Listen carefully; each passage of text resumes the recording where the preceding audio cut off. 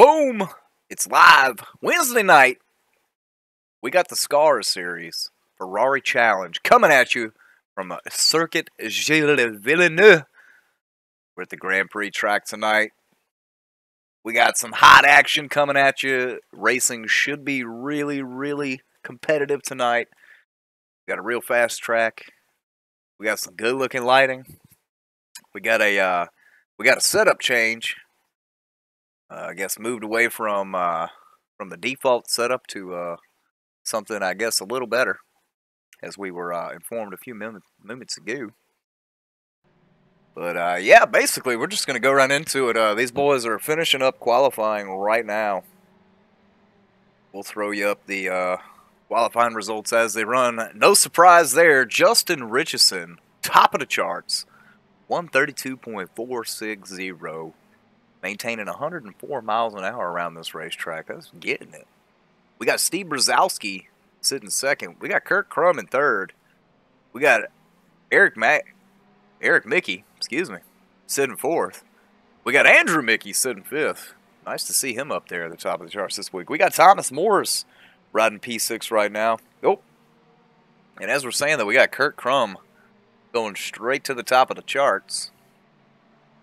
Second place on the charts. But at this point, just shoot Justin in. Anybody else is bonus. All right, we got Thomas Moore 6th. We got Joshua Freeman 7th. Brian Sawn 8th. Matthew St. Germain, Trey's favorite name. He's sitting P9 right now. We got Valery Vodchitz. I believe I'm saying that right. I hope so anyway. He's running at your top 10. We got Matt Hackathorn. Nice to see him in here tonight. We got him riding 11th. And then John Addison, first time I've seen him. First time I remember seeing him in the Scar series here. Well, these boys wrapping up qualifying right now. About 30 seconds left on the timer. iRacing will allow them to finish their laps. Usually, I think that's how that works. But what we're going to do, we don't necessarily grid them up here because they line them up and they go green. Standing starts here in the Scar series. Me personally, I love it. I think that rolling starts kind of weak. But I do like the idea that they roll the standing starts here. It's going to be nice. Hopefully we can get you a nice view of that this week. I know we have unfortunately failed the last couple times out. See if we can't make it up to you tonight. Like I said, we got the Ferraris coming at you from Circuit Gilles Villeneuve. Like saying that name. It's good times. We'll throw up qualifying results one more again for your viewing pleasure. Again, Justin Richardson sitting on top of the charts. Not that that's any surprise to anybody. But Mr. Richardson there just setting the world on fire. Kurt Crum, he was able to make his way up to P2. And arguably, probably Justin's stiffest competition with Steve Brzezowski riding P3. Should, like I said, should be a interesting race.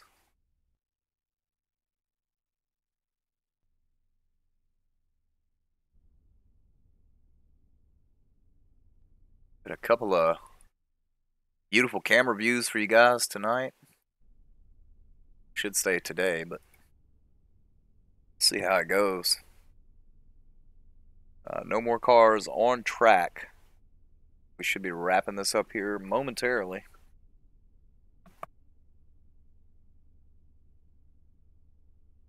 One thing we don't do here at OCR TV, we don't play music in your ear. We'd rather you hear the cars. Even if there aren't any on the racetrack at the time. We got Trey Landry trying to work on some audio issues. Maybe we'll get him in here.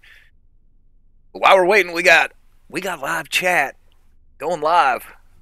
We got Race Lover 02. This will be fun to watch. I'm really hoping that it is.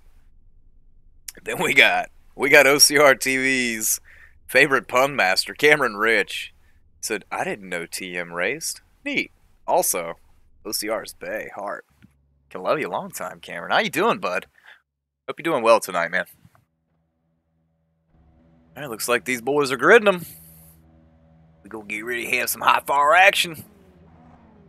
And like I said, the Scar series here with the Ferrari 488s, they do a standing start, which is bound to be awesome.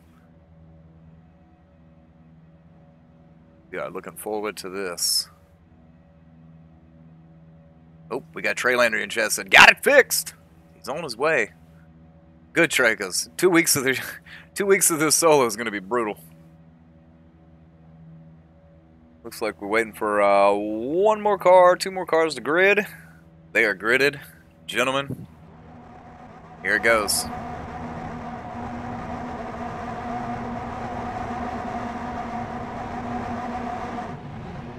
It's green. Justin Richardson out to a big start. We got a little bit of contact there. Kurt Crum, he slides into P2. Oh, these boys are real close. 3 wide going through the first set of corners here. Get it, boys.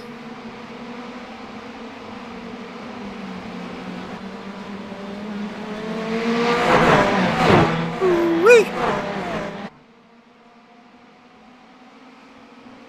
And again, for the 3rd time, no surprise, Justin Richardson, he's leading him out front. We got Kurt Crum sitting P2.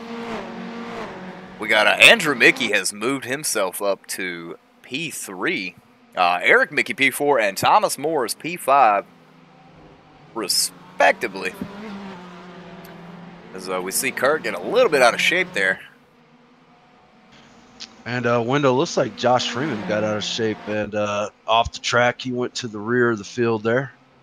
Oh, man, that's a voice for sore ears. Trey Landry, how you doing, buddy? Doing great, man. Love the racetrack. Very tight, hard to pass, but it usually proves to be some good racing. So look forward to it tonight. Indeed, and you haven't missed a damn thing, Trey. Justin Richardson out front again, one more time. But that taxi cab, he's not looking to be happy with 2nd place tonight. No, for sure. He's looking to steal a win from Justin. But as we've seen, Wendell, he's going to have his work cut out for him. He's already, back a 2nd already. So already. Well, another interesting note is it appears that Thomas Morris has moved his way up to P4. Haven't seen that out of Thomas all season. But I know he's got more than a couple laps at this racetrack, so no stranger to it. Oh, as somebody's around in front of him. That's Eric Mickey. He's pointing the wrong direction there, Trey. That's going to hurt. Yeah, without a doubt. I'm trying to see what happened here. See if we can back it up. That's going to essentially drop him all the way to the back of the field. That's one thing about that corner there. When you come off out of that chicane and you get those right side wheels on those rumble strips, if you put the power down just a little bit too hard, it'll do just what happened to Eric right there. He spun it out, and unfortunately he's kind of stuck there because the track is so narrow he can't get turned around, so he's going to lose a lot of time. A buttload of time, and unfortunate for him as he finished I believe it was top 5 last week. I believe it was 4th. Coming off of a couple of not so great finishes for him, but said rather unfortunate. Oh, as we got what appears to be Andrew Mickey kind of missed the, I believe they call those the chicane turns? I'm not even sure. Missed the turns there. Had to slow it down. It's going to allow 3 cars to get by him. In one of those cars, Matt Hackathorn. Not a name we've seen on Wednesday nights, Trey, but one of the other races we broadcast, we see his name quite frequently. Yeah, he's trying this whole go left thing, and he kind of posted in the chat that he's going to give the preferred entry. He said he's terrible, but he's looking to get some experience, some seat time. So but we're glad to have him. Indeed. And Trey, we got Cameron Rich in chat. He's got two things. He said he was thinking about trying this out. Maybe pitting these are easier than the Cup car. I don't know. I haven't tried that. But he also said the taxi cab paint is the best thing he's ever seen. Cameron, I have to agree with you. Yeah, I'm right there with Cameron on that. And hey, we got well, we don't have Peter Short tonight. We've had Peter Short in the past couple of weeks, and now we got Matt Hackathorn. So come on over, Cameron. We'd like to have you. It's a 3-wide takeover. No pun intended. Actually, yes, all pun intended.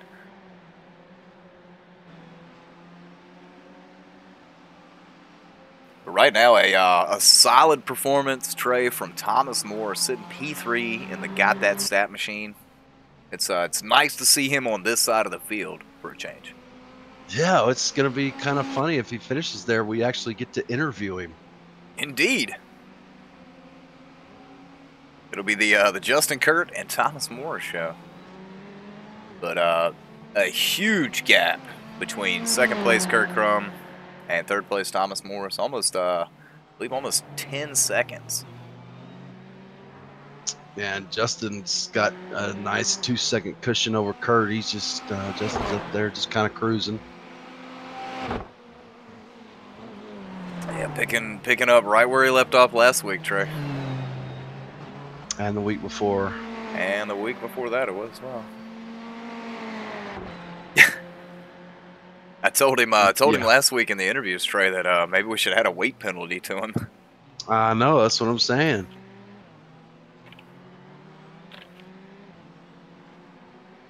But definitely not going to stop these boys from trying. But right now, Trey, the gaggle's between, it appears to be Brian Saul, Matt Hackathorn, Andrew Mickey, and Matthew St. Germain. My favorite. Yes, sir.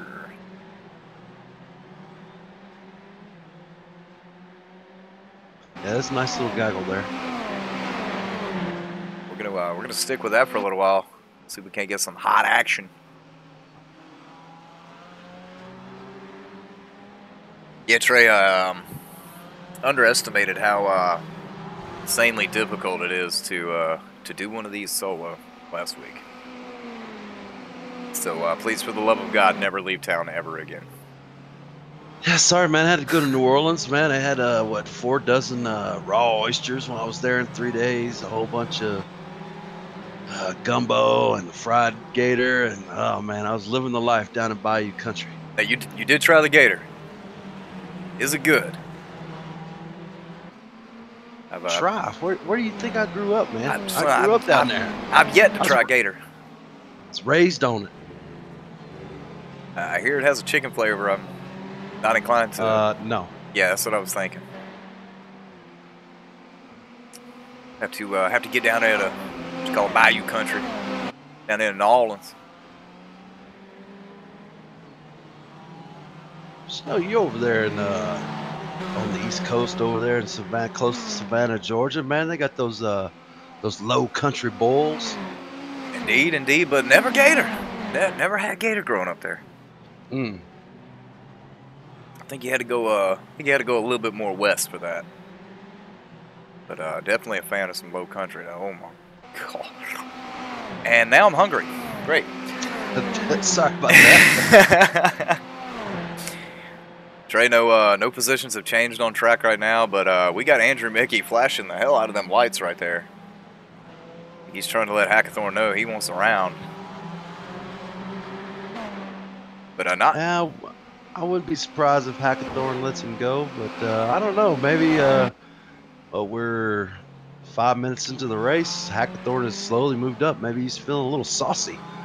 You know, and unfortunately, I don't know too much about Mr. Hackathorn's habits. I don't know if he's a polished road racer or if he's strictly ovals. I'm not even going to read that, but that is hilarious.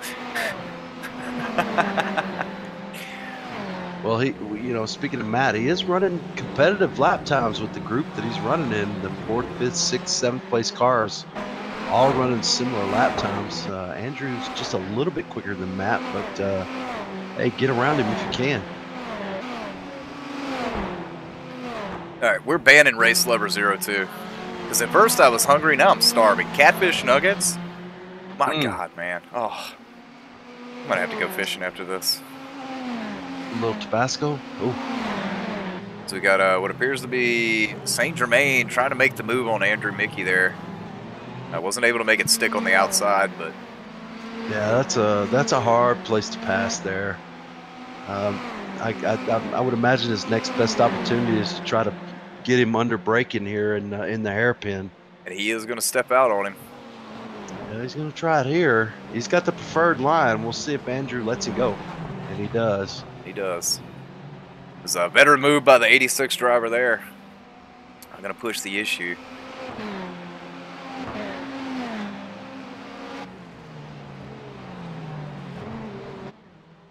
Got some pretty decent camera views tonight, Trey. Oh, yeah, I'm watching. Yeah, they look nice. Yeah, fortunately for me, all I had to do was load them. Which is always preferred. Setting them up is such a pain in the butt. Yeah, tell me about it.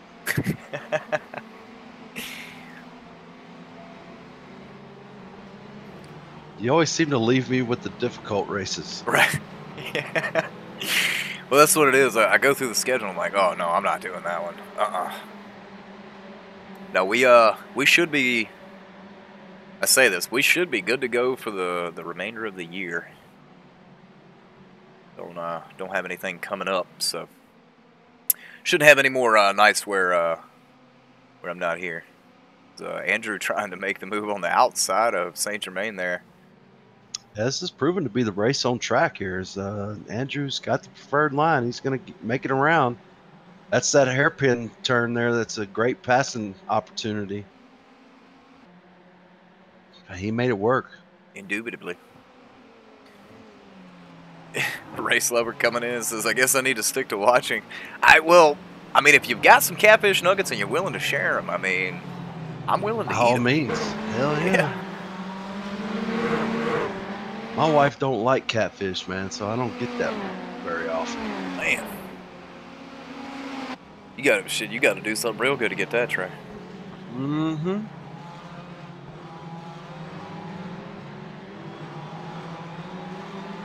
Yeah, no, she does make me some fried crawfish tails though. She had some the other night that we had left over. She fried them up for me, so she ain't all bad.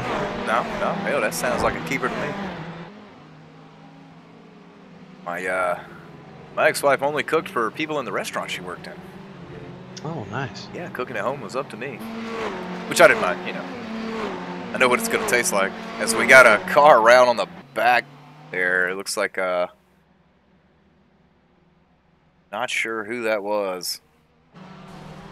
Oh, we got another one in the wall. We got Saint Germain. He just tagged the wall a little bit there. That's gonna hurt.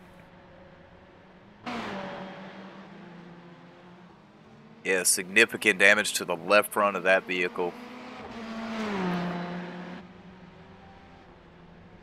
Oh, we got a big pile up here in the hairpin. Looks like Andrew Mickey, Joshua Freeman, and Matt Hackathorn all involved. Cue up that replay, see what we got for you.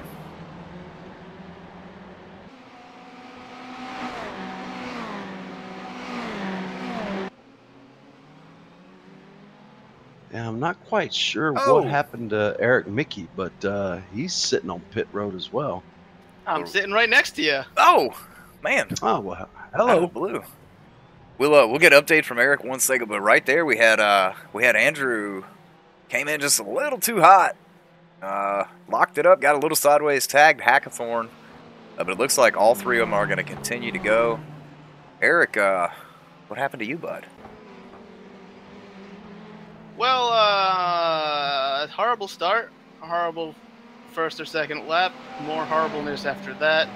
I wasn't really gaining anything, and so I figured I'd just go ahead and park it and crash you guys. Hope you don't mind. Oh, by all means. Not at all. Looks like I'm going to have to take a look at an incident here, so I'll get back to you with my findings on this. Admin duties call. Oh, as we got Hackathorn getting a little hot. Oh, Joshua Freeman getting a little hot behind him. It's rather unfortunate as we got just a little over 30 minutes remaining in this race. Shaking it up in the back of the field, Trey. Yeah, they just Hackthorn, both of them kind of overcooked that chicane, and that's a tough one. It's a sharp right and then a very quick left, and it's coming after a long straightaway. These cars are pretty much at max speed. It's hard to get it low down and to make that corner. And I'll tell you, the biggest winner unfortunately out of all that, it's going to be Matthew St. Germain after spinning around and destroying the left front. He's made his way back up to 6th place. It's pretty amazing, my opinion, of course.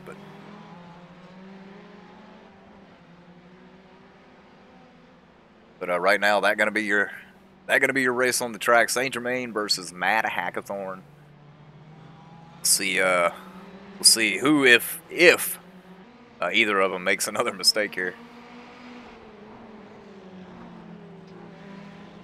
And Trey, it's really easy for me to say this as I've not driven these cars, but yeah, they're a fun little car to drive. Yeah, I prefer the Ford GT, but they're still fun to drive. With only having a controller right now, I feel like I'll stick to dirt cars. They're a little more forgiving with the controller. There you go.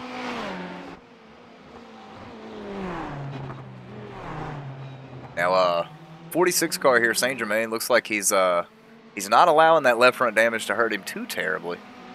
It looks like he's pulling a little bit of time on Hackathorn there.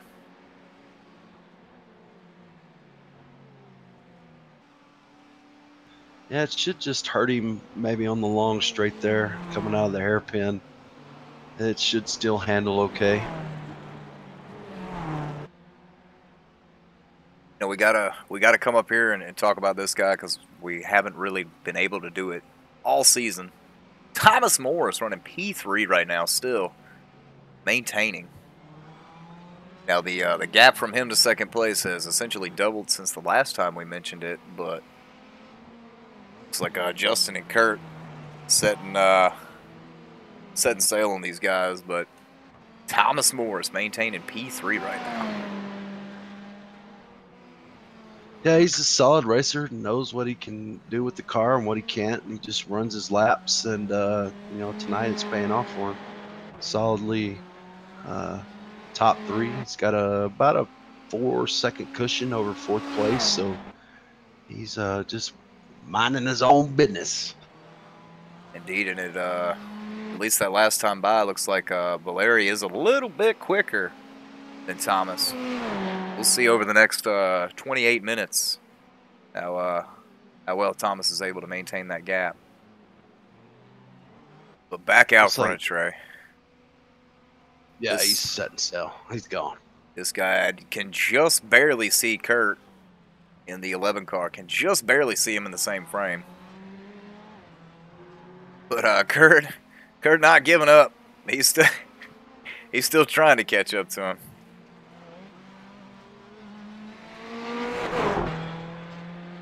This guy, Justin Richardson, just ever since, what was it, week 1, just came out, set fire to the track, and just has not let it go out.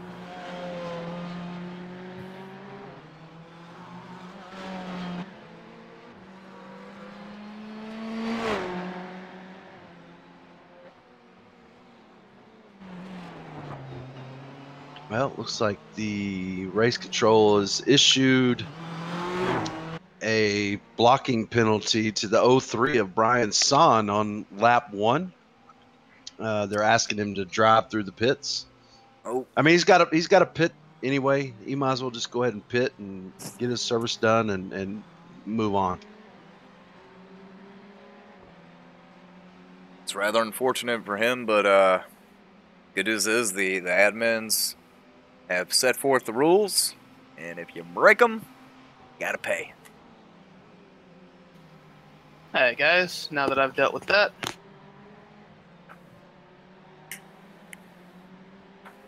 It's always fun dealing with admin stuff, isn't it, Eric? No, never. I mean, I've been lucky to not really have to do so much of it this season with this, but looking at the replay, the 18 pulled out to try to make a pass on him going into the hairpin on lap 1, and after that had happened, he kind of made a half-hearted move to the inside line, and that caused the other car, the 18, Steven Brzezowski, to attempt to avoid it, but that just locked up the tires and caused an accident between the two of them. So I felt like that was exactly the situation we didn't want, people making moves in response. I heard him say he doesn't agree with it, so we can talk more about it between the two of us and the other race control members after the fact and see what we all come up with as the explanation for it. So I see that he seems to be getting work done on his car, which is not actually what I meant for it to happen when sending him down pit lane. So I don't know. We'll see what happens from here on out. Well, I guess Eric, he figured since he's got a pit anyway, might as well take care of what he's got to take care of and get it over with. Looks like 82.5 seconds in the pit box. That's He's got some damage there he's got to take care of.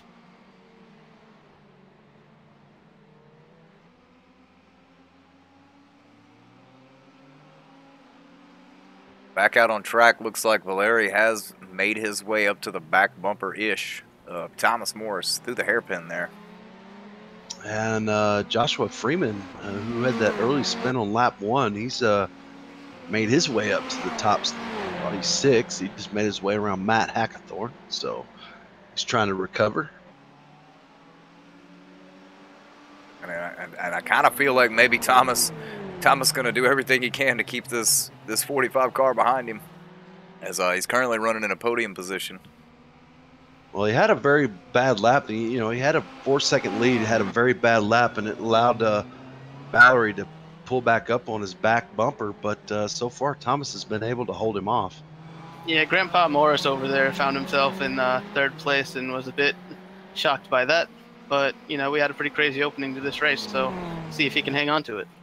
Indeed. The standing starts have proven to be really entertaining to watch. Yeah, I don't really want to talk about my history with standing starts here at the front half of the season. Or Andrew's. Well, I mean, there's not much you want to talk about with Andrew. Andrew actually, Andrew had a really good start tonight. Was as high as 3rd place there in the first set of corners. And I'm sure as soon as he gets to this part on the YouTube rewatch, he's going to put in a comment about his start at Watkins Glen, passing 9 cars on lap 1 before getting spun like halfway through lap 1. Yeah, whatever. He's like the Danica of Scars. Oh, wow.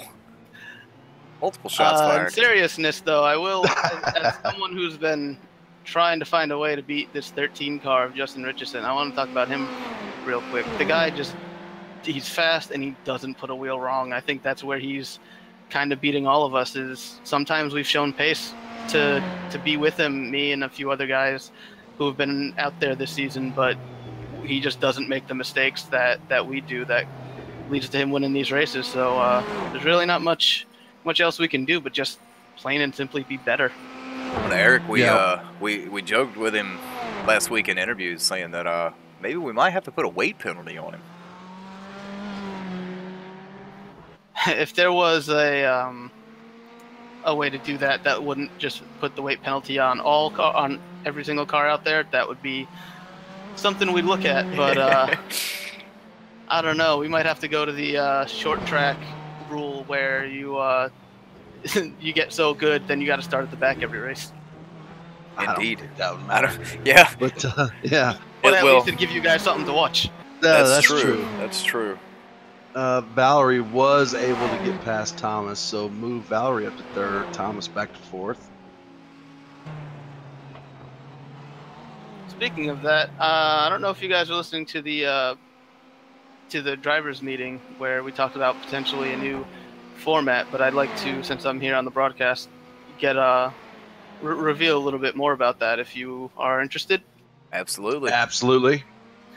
So we've been playing around with the idea of for season 2 going to a 2-race format, 20 minutes or 25-minute sprint races.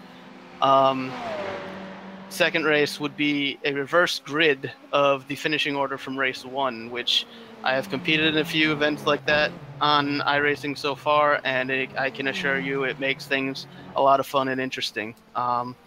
So that is something we may be looking to do before the end of this season. Well, we're easy to sounds pretty please. cool. Yeah. We'll yeah, that actually at least the second race is going to be eventful. Yeah, Andrew's excited because then he gets to start. He gets to be up front at some point. Oh man. Well, I know also, Eric, since you're revealing things, there's talk that SCARS might expand to the NASCAR side of things and maybe do a fixed truck series. Can you tell us a little bit about that? We've been putting stuff out there, seeing if we can get something going. Our original plan of trying to do it Friday nights does not seem like it was going to fly, and then the plan moved to potentially doing it Thursday nights. But we're also having issues finding full-time competitors for that. Most people who have expressed interest have expressed part-time, and if all of those showed up on one week, then we'd have a pretty decent field. But without having enough full-time competitors committed to the series, it's not something that we're probably going to go forward with for now, but we always keep trying. Right on. Well, so if you're listening out there, folks, and you're interested running a fixed truck league, hit up Eric Mickey on iRace and send him a message, and let's see if we can get this rolling.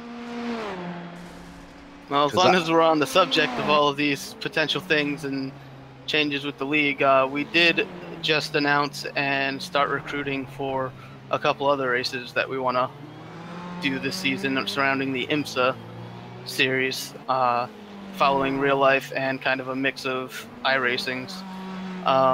So Saturday, August 26th in the morning at about 9 o'clock is when we expect the race to go green. And we're looking at following the real life series at VIR with the GTE and GT3 class that iRacing uses for their IMSA series. In a miniature version of the race they'll be doing later that day. So if anyone's out there listening and interested in doing that, it is an open setup race. Just find us on the on iRacing, and we can get you set up to come racing with us for that event.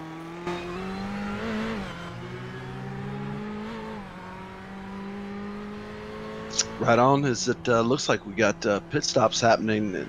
Matt Hackathorn just came on pit road.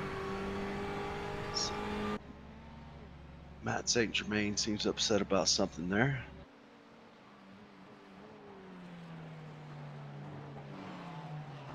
Oh, racing with the lap car got, his nose chopped off.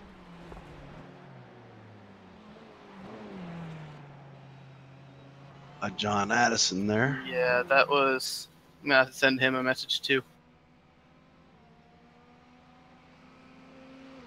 Yeah, Saint Germain not having a wonderful race yet tonight.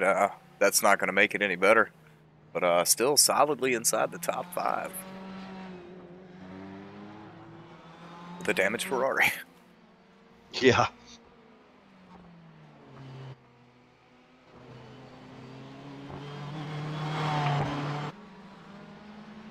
And as we say, that looks like the 24 of John Addison is on pit lane right now receiving service.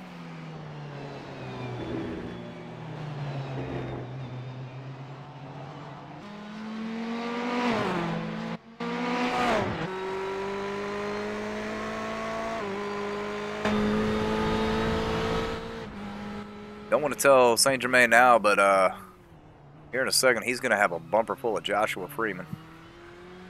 Yeah, he's running some pretty good lap times. Of course, that slowdown penalty and that incident he had with the lap car really slowed him down. But, Josh got to take advantage.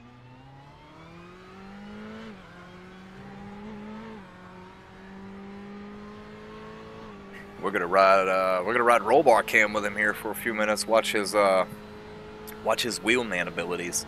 See if he is able to drop that gap to the 46 car of Saint Germain as Saint Germain comes down pit road. So yes, he will.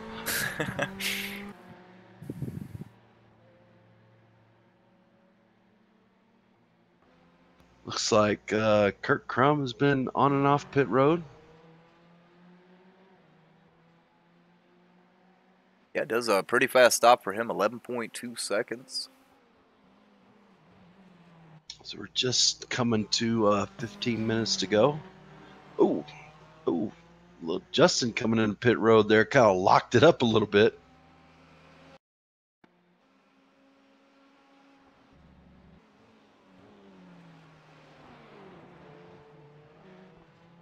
Oh, yeah. Oh, almost bit the farm. Ooh. As we see that on instant replay right there. My God, man. We'll see if Kurt can take advantage of that and kind of close that gap a little bit.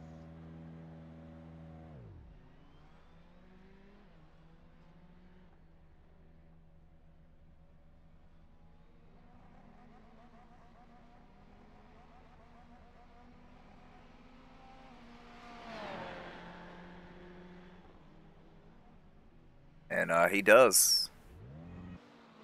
We're going to move the 11 car up to the lead. Gentlemen, for the first time in what appears to be like 3 weeks, we have a new leader. Right? Kurt Crum moved that number 11 taxi cab to the top of the board. Has he completed his pit stop yet?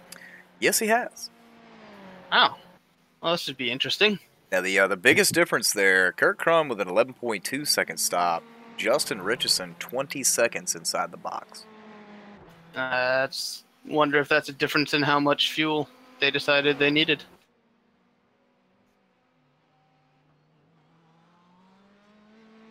Well, we'll see how this plays out. You know. Oh, and he spins. Justin Richardson spins it around. That's going to let Kurt stretch that lead a little bit with just under 14 minutes to go. Now, you would think Justin, with his speed and his composure so far this season, that the pressure of trying to catch him probably wouldn't have done that. But you got to wonder, maybe he was really intent on keeping his streak going, got in a little bit over his head. Yeah, maybe Eric, you might have missed it. I think you were taking care of some admin duties, but coming in for his pit stop, Justin locked it up and just about spun it out and hit the wall coming into pit road. So that probably contributed to his 22nd pit stop as well. Yeah, finally a chink in the armor. Kurt is going to do all he can to make sure he hits his marks and doesn't give up this gap, which I'm not sure exactly how big the gap is, but with just under 15 minutes remaining or so, I'm pretty sure Kurt, as long as he makes no mistakes, is going to be able to hold on here for the win. We're looking at just over, 9 seconds? Yeah, about 12.5 minutes left in the race, right at 8.8, 8.9 second interval between the two. So, I don't know. I don't know about you guys, but I think, barring any catastrophic failures, I think Kurt might have something to say about this race. Well, I noticed Wendell during that first stint before pit stops. Yeah, Justin was faster, but Kurt was able to maintain a 4-second gap from him. So if that holds to be true, Kurt has this in the books if he hits his marks, like Eric was saying. And that's what it's going to come down to. He's going to have to be Johnny on the spot with his marks. That wall of champions right there can bite at any time, so you really don't want to ever get complacent trying to get through that last chicane on this track. I know I sideswiped it a few times in practice and maybe once in the race, and I had already heard a couple other cars had done it mid-race too, so Kurt's got to be careful of that, and otherwise not lock up his under braking too badly, and I mean, he should be able to hold on for his second win of the season, first since Watkins Glen. Yeah, without a doubt. You talk about that last chicane, Eric. in the broadcast before you joined us. Once it seems like once the fuel burns out of these cars, that last chicane is very tricky. Excuse me, as we saw a lot of incidents in that part of the racetrack. Oh, that last chicane is one of the most fun corners of a racetrack to drive when you get it right, and it's one of the most frustrating when you can't. Yeah. I know I kept overshooting it in practice and a couple times in the race that probably got a little airborne here or there. But yeah, so you can't get complacent. You got to be on top of it. If you lock up trying to get into that corner, it's gonna screw you for the entire chicane and exit of that corner. So it's not over yet. Kurt's got his end of the bargain to hold up here, and Justin's going to be trying like hell to run him down. He is indeed, and as the seconds click off, we're looking at right at 10 minutes remaining. We got Kurt Crum with a 9.3 second gap over Richardson there. Third place, all but out of it. 45 seconds back to him.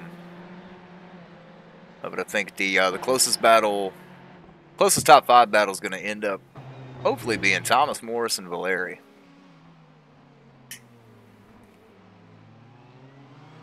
Yeah, I mean, not that I'm pulling for anybody, but it'd be fun to talk to either one of those guys really in post race. But I know Morris it's been a while since he's been up front, so I know he's probably looking forward to potentially being on the big screen here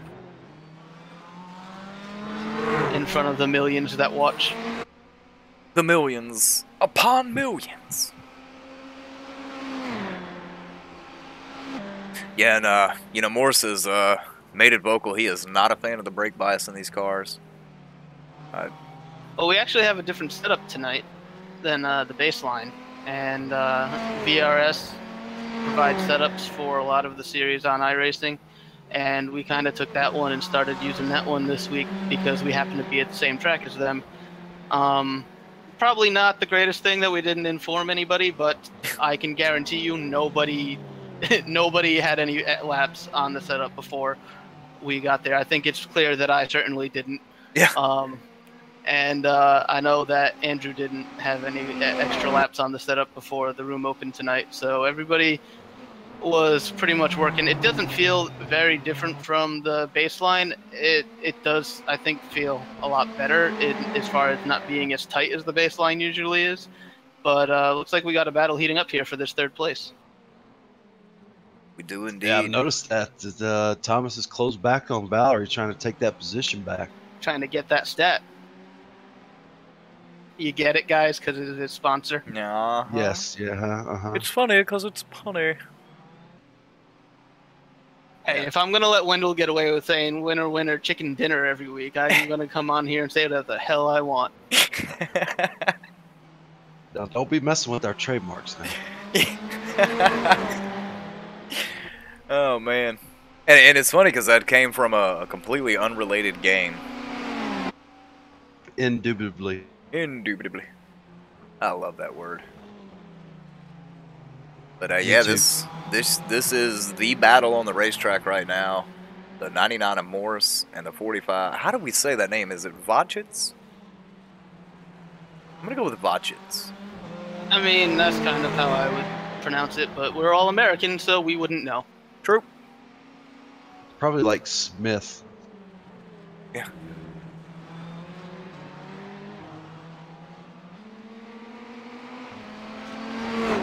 Well, if he ends up doing an interview with us, we can ask him. There you go. Now, I'm looking through the chat service we have. I don't see his name in there. Nah, we might have to try to get him on quick after the race is over if he can.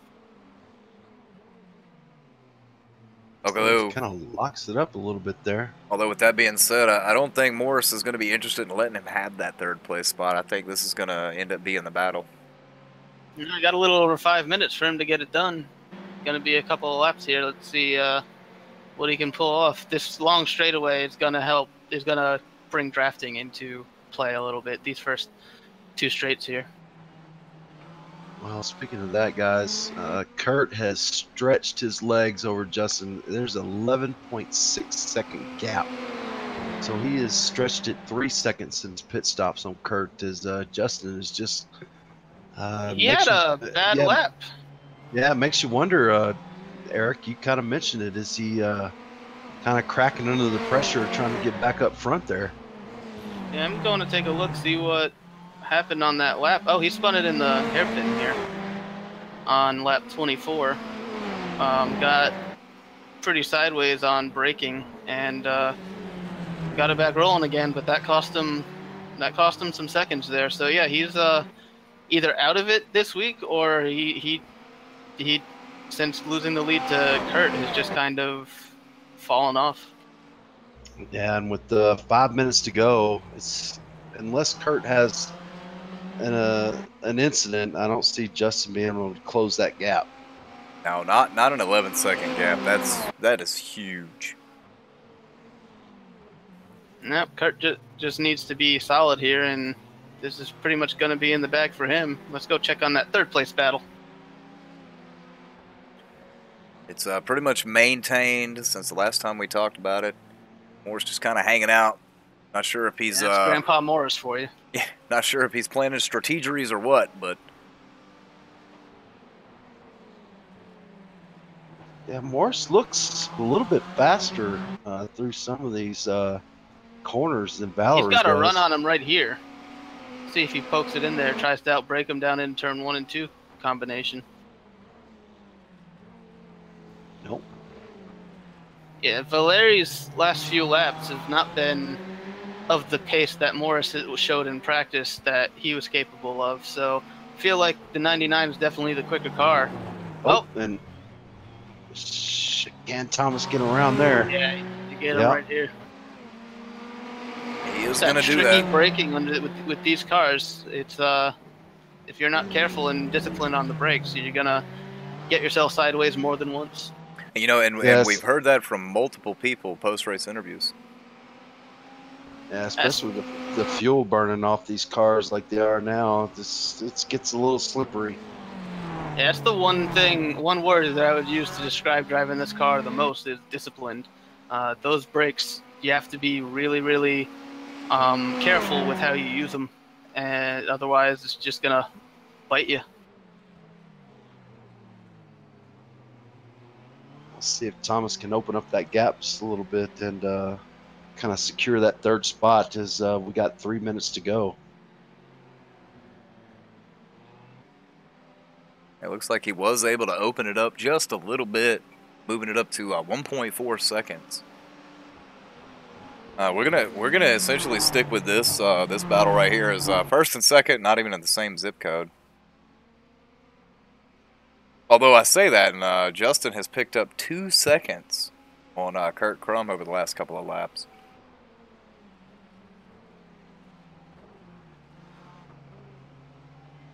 I don't think that matters. I think Kurt's just taking it easy, trying to make sure he hits his marks, not overuse those brakes like Eric said earlier, and just trying to bring this thing home. He's probably got, what, 2 more laps to complete, and he's got this in the bag.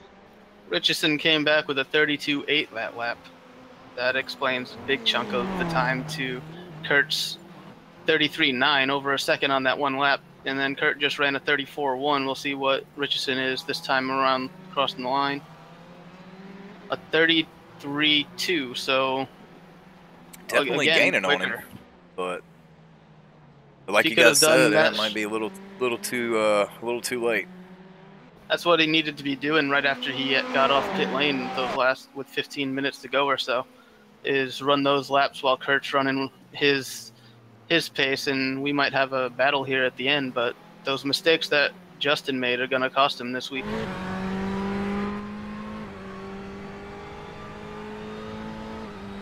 Indeed, as we ride on board with the 45 of Valeri Vachitz. I'm not sure. Did they get the white flag last time, or did they pass it with too much time remaining? I believe Kurt's going to get the white flag next time by. Yeah. That has actually changed since the last time I was doing road races. It's timer, and then if the leader is already on the last lap, or on his lap when the timer runs out, that essentially becomes the white flag lap. Let's see where he's at. No, this Kurt comes by to take what is essentially going to be the last lap. This should put the white flag out in the air. There we go. Yeah. White yeah, flag. I just didn't happen to see what time was remaining when we last time by for the 11, but it was close. Just past 45 minutes when he got the white. And like we guessed, the battle on track right now is going to be the 3rd and 4th place cars, the 99 of Morris, the 45 of Botchitz, less than half a second. Yeah, Thomas just got to keep it together and just complete this one lap. He'll secure his first podium of the year. And it looks like Valeria almost had the run there. Yeah, he's in his draft down the long back straight. We'll see what he can do through the final chicane. See if he can put himself in position to make a move on turn 1. Now, these two boys will have to go around one more again.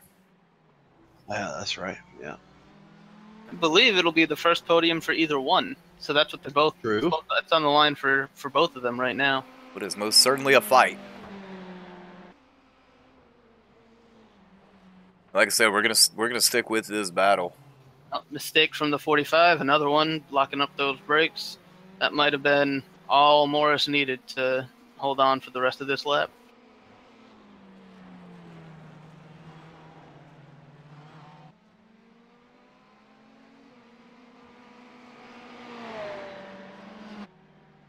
And Kurt Crum passes the start-finish line as your race winner, Circuit Gilles Villeneuve. The number 11 taxi cab. Report to victory lane, please. Winner, winner, chicken dinner. Where's that gunshot sound bite right here?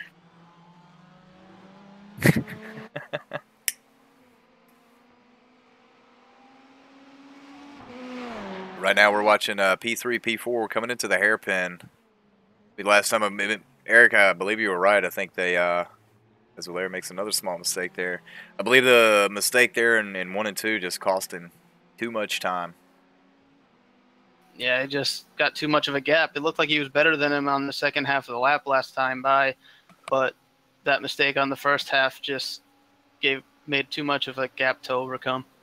Yeah, he's just got to make it through this chicane one last time. Kicks the right side up. That's going to be Thomas Morris, your 3rd place finisher. Valery Vachit's bringing it home P4.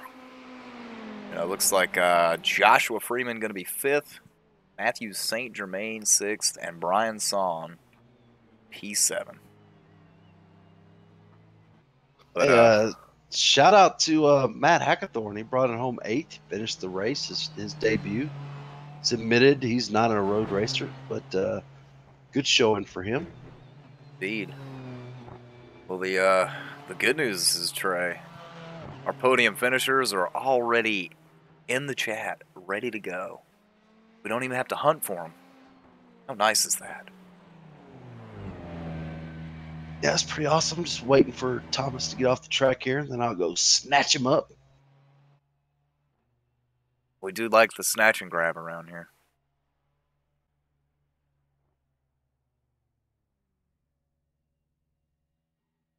All right, I got him. He started 7th. He finished 3rd.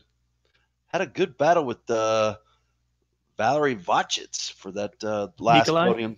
Yeah, Nikolai had a good battle with that guy for that last podium spot. Thomas, first podium in the league tonight. Tell us about your race, bud.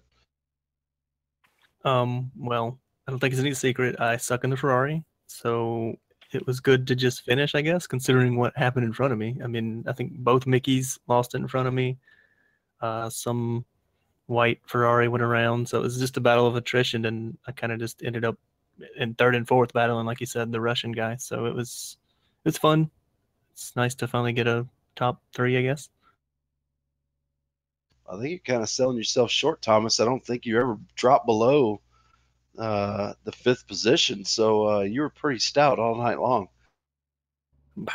I mean, there was, I guess it was a good run finally, but I mean, us with Eric and Andrew and some other guys having trouble, it kind of didn't hurt a little bit. But it was fun to actually race somebody instead of just riding around like I normally do, about 7th to 9th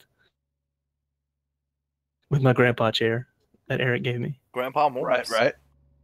Well, you finally showed some life. I've been wondering how things have been going over there. Someone gave you the jump start tonight. Well, you finally gave me those wheel settings you use, and it helped a little bit. Oh. No, all in all, good night, though. I'm sure you guys had plenty of entertaining festivities to look at. Well, pretty much the last 10 minutes was focused on you and Valeri there. As Kurt and Justin switched places tonight. But yeah, I saw that. That's a shocker. Yeah, Good win, Kurt. Yeah. Taxi cab to the front of the charts. Only a matter of time before you're there, Grandpa. Yeah, they just need to do what everyone else did, and we're set. I mean, Kansas is next week. You enjoy that place. As long as we're going around in circles and not the infield part. True. We're gonna do both. That's the new format for the series. Okay. Gonna do only Rovals. Back half the field gets to do the oval. Front half of the field has to do the road course. Sweet. Somehow I still think Justin and/or Kurt's going to come out on top there. But no more. So, yeah, a really solid performance for you tonight. P3, the 99 got that stat machine. Can I say this is really weird since I do this 2 of the 3 days of the week to sit here and get interviewed? Yeah, it's kind of weird for us too, but you know the deal, man. Give us those shout outs. Well, first off, you got to thank Eric for putting it all together, and maybe a little bit of Andrew, but mostly Eric probably. Throwing the schedule together, getting the idea out, and seeing if anyone would bite, and luckily they have. Alternating weeks for I think Ron and Frederick's having a run, so it knocks off a few people, but still a decent amount of guys. And then, well, that's it. I mean, I'm here with my Got That Stat car. You can check me out on YouTube, I guess, if you want to see some shenanigans. You can see an IndyCar flip over like 750 times within 3 seconds. But other than that, that's all I got tonight, boys. That's what I do it for, the praise. Well, we know it ain't the dollars. No, that's what you guys are doing it for. And you can't even manage to make sure your headset is on. Yeah. Whoa. Rookies. Get wrecked. Not my fault. You've only been doing it for over a year. I had to actually take my headset apart and disconnect the battery to get it to start working again. Oh, Good damn. Lord. All right, I think Grandpa's ready to go to bed now. All right. Let's go grab Justin. So All right, snatched him out of thin air mid-sentence. He started first. Wendell, Eric, he controlled the first half of the race, dominated, was putting a good spanking on these boys until a little trouble with the pit stops there. Brought it in hot and then tried to make up that time and made some mistakes. Came up a little short, but other than that, good solid finish. Second place tonight. Justin, tell us about your race, bud. Yeah, it was good until I pitted. Yeah. Basically, car felt great.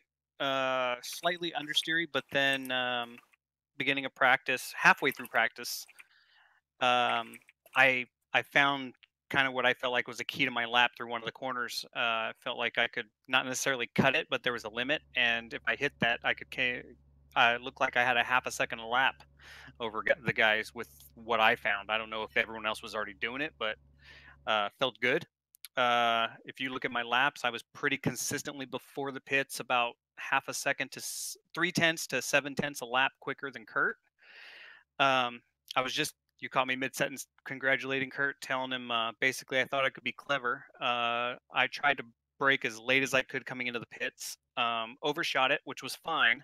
My delta still showed I had about 3 seconds on him, so I lost 2 coming in to him. But the issue is when I braked like that, I was freaking out and I pressed a shit ton of buttons. Sorry. And I clicked my rear tires. So Oh, no. at the time I was ready to go and the fueling stopped, I went up on the jacks and Kurt went by.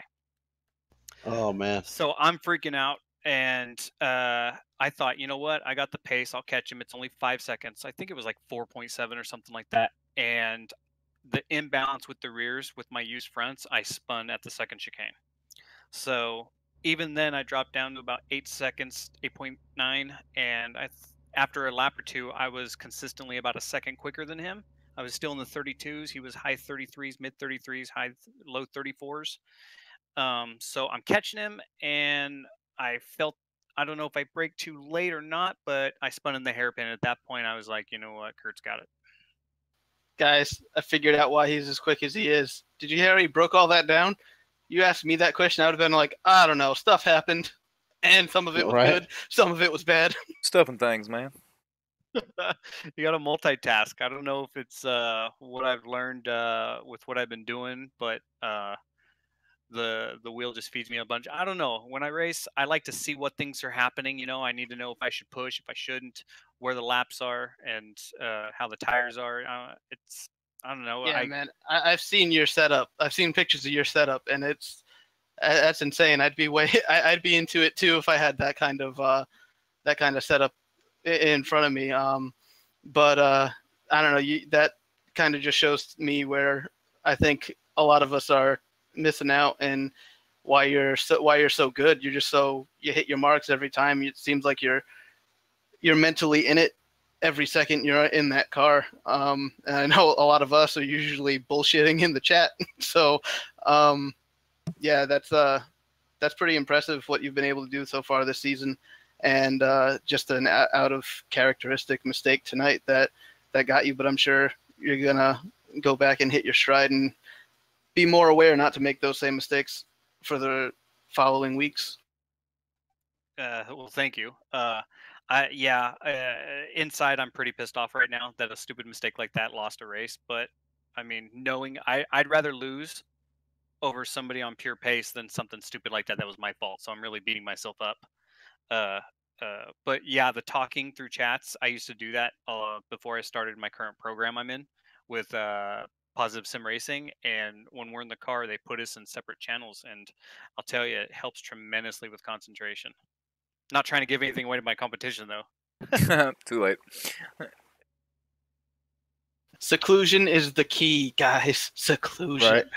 And I mean, thanks for the comment on my rig. But from what I've been told, you know, it's not really down to the rig. It helps. But, oh no, I'm not suggesting that. It's that if you were at a desk with a regular old wheel or whatever, and say like what my setup is, I'm not suggesting that you wouldn't be as good. I'm sure you'd be just fine. It's just I can understand being in that motivational in that thing. Setup, like just that mindset of being so into it. And I'm sure the things that you've done. I mean, I remember racing you a long time ago in the Blancpain series, and I felt like I was right with you and compete with you and beat you, but then suddenly you show up back here and we're racing every week, and you definitely have so much more over me that, you know, it just gives me something to shoot for. So, you know, thanks for that. I got something to work up to now. But yeah, I mean, what you do in that car every week being so usually flawless. I mean, tonight I think we were all very surprised to see the mistakes that we saw, and I get that feeling. I've lost a few races within the last few months of just down to my own mistake that these guys have actually been broadcasting, and a lot of people have seen it. So I understand the frustration there. Man, it's just to know you've done everything you could, and you know, you get to show up. And first, actually, let me rewind. Thank you for having the series, for one, because I've always liked these setup series to where everyone's equal. That's what I feel like. It's everyone's racing with equal status, because like you said, Blancpain and all those other things, you know, when somebody has a setup or something, or there's a key to how they've handled something, you never know if you're as good as that person. Sometimes I feel, and I like this series. I mean, I'm not the quickest by any means, but I've definitely, I think this car suits me, And so far, the tracks you've done, I mean, I was unsure about this track. This track, a month ago in the blank pane, I was a second off my teammates, so I was the weak link that week. But there's something about this car. All right, Justin, you know the deal, man. You've been in here many times. I'm gonna start claiming you on my tax return, but give us those shout outs, bud. Yeah, I'd like to thank Positive Sim Racing and Javier for agreeing to me to go outside of my contractual obligations and do this on Wednesday nights. My Speed Asylum guys, Darwin, Kevin, Gio, the Pikes, the other guys that race with this in the past there, and then Dynamic Sim Racing. And I got a new one this week. Believe it or not, I'm adding to my rig. I'd like to thank Joe Sullivan. He just put in the mail my brand new built OS&W setup that should be here by Saturday. Sweet. All right, my friend. We look forward to seeing you next week, man. Yeah, hopefully it'll be trouble free. Not too trouble free. Yeah. Where's the next week? Next week is Kansas road course. Swapped it out with COTA because COTA can kind of be spread out and a little bit boring. So we wanted to do something that got us a little bit closer to the style of racing we saw at Daytona. If I remember correctly, you were right behind me in Daytona. Hence the track choice. Just kidding. I don't do things like that. But we all just kind of thought COTA, from our experience, got a little bit spread out and boring sometimes. So I've never actually even, I think I've done like half a lap there in a Porsche or a rough back in the day, but I've never done anything at Kansas. So yeah, I think we've started to turn this into a podcast. So I think I better shut up. Wendell and Trey should probably take it from here. Yeah, you guys should get the winner in here. All right. All right, I got him. He started second. He finished first. He did a great job that first segment, keeping within sniffing range of that lead. And when the leader made his mistake, he pounced and he brought it home with a commanding win. The driver of the taxi cab, Kurt Crum, winner, chicken dinner. Tell us about your race, bud. Well, it wasn't too bad how it ended up anyway. Thanks, guys, for giving us this coverage. It was tough seeing Justin start a leg out there in the distance in the beginning. This is definitely not one of my favorite tracks. So, it took me quite some time to really get comfortable there. And, just as I did, we were looking at pit stops coming up. I saw some traffic ahead, and I figured, maybe I'll pit a lap early and get lucky. Of course, it turned out I came out right behind some traffic, so I figured I was kind of screwed at that point. But looks like Justin had some pit crew communication issues, and I was able to keep the pace up and stay ahead in the end there. Yeah, we'll go ahead and say Justin had fresh tires, at least on the 50% of the car. And probably the wrong 50%. Yeah, he had some issues, but I mean, you did your job. You kept in striking distance for any kind of mistake that did happen, and so it wasn't all just handed to you. You did what you had to do to take advantage of anything that might have gone wrong. So congrats on that, and congrats on your second win. Just curious, did you feel that the setup was better than what we typically run in the baseline, or do you think the baseline would have been better suited for that track? It's tough to say. I kind of hate chicanes and hate hairpins, so that's pretty much all that track is. No wonder you didn't like this place. Yeah, it's kind of my nemesis. I think the set felt better over the short run for sure. I think the base setup, because it's a little pushier, probably stays a little more consistent throughout the whole race. Yeah, well, that's good to know. Something we just kind of experimented with this week, seeing as how the IMSA series and iRacing was at the same place and VRS had the setup available. So we might look at experimenting with what the fix set is we use going forward. But otherwise, what are your thoughts on Kansas next week? I'm not a fan of Daytona, and I've never raced Kansas, so I don't know. It'll be interesting. Yeah. Definitely looking forward to places like Road Atlanta, Bathurst, Zolder. That should be a good month there for me. But yeah, Kansas will be interesting. It's definitely a big unknown for me. All right, Kurt. Well, congratulations on your second win, man. But before we let you go, and before we load up these haulers to go to Kansas, give us those shout outs, bud. Well, I want to give a shout out to Fanatec for putting so few buttons on the wheel that I have no choice but to not screw it. Well, I mean, Love that's about as legit as anything. It's the best shout out so far this season. Thanks, guys. It was a good time. All right, Kurt. Take it easy. We'll see you next week. Gentlemen, another week, another repeat winner. But this time it wasn't Justin Richardson. Yeah, it was a good job by Kurt staying within striking distance and being able to capitalize on mistakes and bring home the trophy.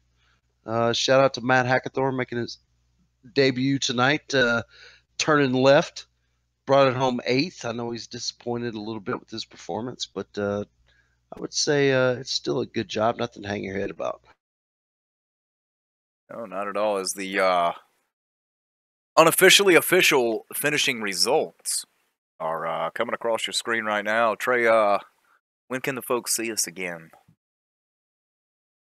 Well, like we mentioned, Kansas. I don't know why everybody doesn't like that road course. I've never raced it until I ran a league race there. It's actually a fun little roval track. I enjoyed it. It's very quick, very short.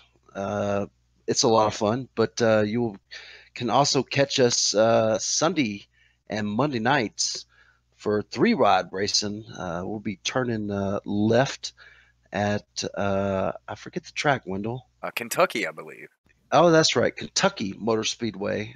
You'll see Scar's very own Eric Mickey, Peter Short, Matt Hackathorn will be running those races. So 9:45 Eastern ish.